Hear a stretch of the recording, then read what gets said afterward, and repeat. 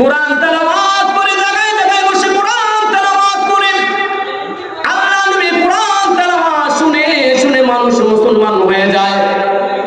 Walid ইবনে মুগীরার কাছে কুরাইশদের একটি দল এসেছে, এসে বলে, রে নেতা, এর পূর্বে আমরা অনেক ছোটখাটো অত্যাচার করেছি নবীর উপর, মুহাম্মদের উপরে, কিন্তু কোনো কাজ হয় নাই। আমরা হুমকি ধুমকির মাধ্যমে সতর্ক করেছি, এত কোনো কাজ হয় নাই। সাধারণভাবে বাধা দিলে চলবে না, আন্তর্জাতিকভাবে মুহাম্মদকে বাধা দিতে হবে, ইন্টারন্যাশনাল ভাবে মুহাম্মদকে বাধা দিতে হবে। ওলীদ ইবনে মুগীরা ডাক দিয়ে বলেন, শোনো, এখন হজের মৌসুম শুরু হয়ে গেছে, চতুর্দিক থেকে তোমাদের এখানে মানুষ আসে হজ করার জন্য, ব্যবসা করার জন্য। ইতিমধ্যে মুহাম্মদের কথা মোটামুটি ছড়িয়ে পড়েছে, এখন হজের মৌসুম। তোমরা একটা কাজ করো, তোমাদের সকলের মতামত ঠিক করে আমার কাছে প্রস্তাব দাও। একজনের মতামত একটা করবে, আরেকজন খণ্ডন করবে, এরকম যেন না হয়। সকলের মতামত স্থির করে তারপরে আমার কাছে বলো। সকলে বললো, রে নেতা, আপনার কাছে আসে পরামর্শ করার জন্য কি করা যায়, কিভাবে মুহাম্মদকে বাধা দেওয়া যায়, আন্তর্জাতিক ভাবে বাধা দিতে হবে মুহাম্মদকে। তখন ওলীদ ইবনে মুগীরা ডাক দিয়ে বলে, না, আমি বলবো না, তোমরাই বলো, আমি শুনি। তখন সকলে বলল, আমরা বলবো মুহাম্মদ পাগল। বলেন নাউজুবিল্লাহ।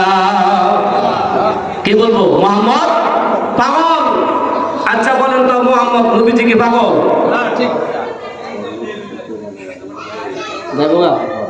গেলাম আর বেশি বলা।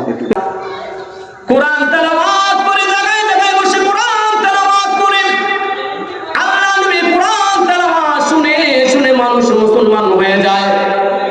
ওলীদ ইবনে মুগীরার কাছে কুরাইশদের একটি দল এসেছে, এসে বলে, রে নেতা, এর পূর্বে আমরা অনেক ছোটখাটো অত্যাচার করেছি নবীর উপর, মুহাম্মদের উপরে, কিন্তু কোনো কাজ হয় নাই।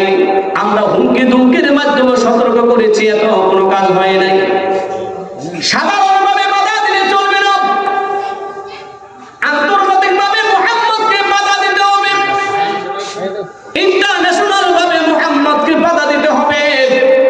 ওলীদ ইবনে মুগীরা ডাক দিয়ে বলেন, শোনো, এখন হজের মৌসুম শুরু হয়ে গেছে, চতুর্দিক থেকে তোমাদের এখানে মানুষ আসে হজ করার জন্য, ব্যবসা করার জন্য।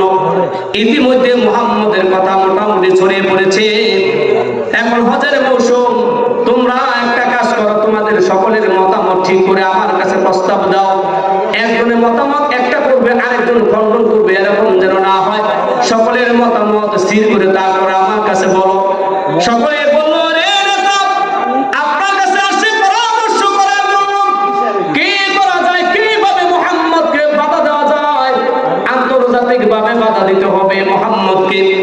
তখন ওলীদ ইবনে মুগীরা ডাক দিয়ে বলে, না, আমি বলবো না, তোমরাই বলো, আমি শুনি।